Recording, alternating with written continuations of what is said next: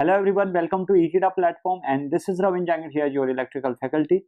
And in this video, I'm going to talk about the different uh, questions which are related with the suspension insulators. And this question is given as the question number 03, and let's begin with reading.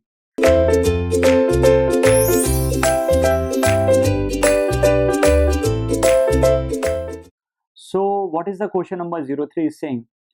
An existing three-phase AC system. Which type of system is this? This is the three-phase system.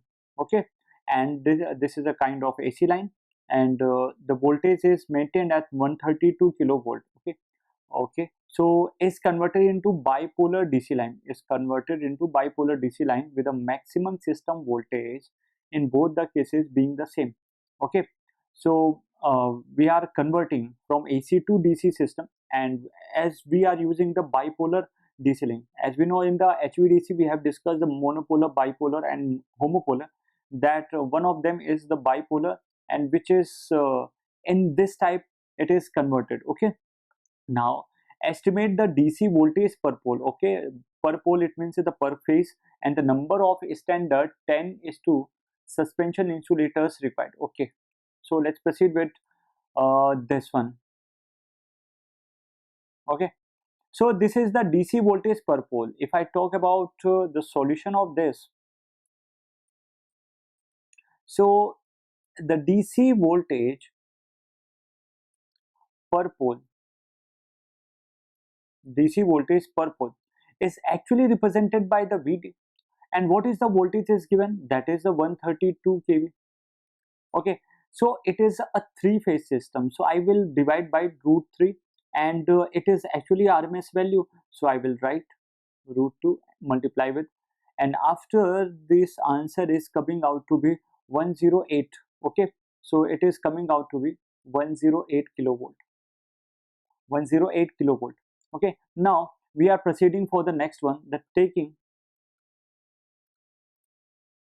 10, this is given the 10 double dash. Okay, so taking 10 kilovolt of voltage rating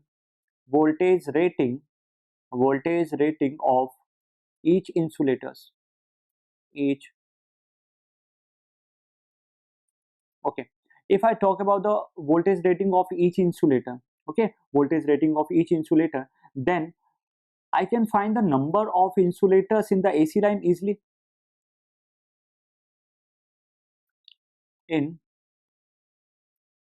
AC line, so what will be of this? So 132 divided by root 3 and divided by 10, so it is coming out to be 8. It is coming out to be 8 number. Okay, so this is the AC line. If I'm calculating the number of insulators in the AC line, so this way I can calculate. Now we are moving for the DC line, the number of insulators in the DC line. If I talk about the number of insulators in the DC lines, usually we are taking the 9. Okay, so number of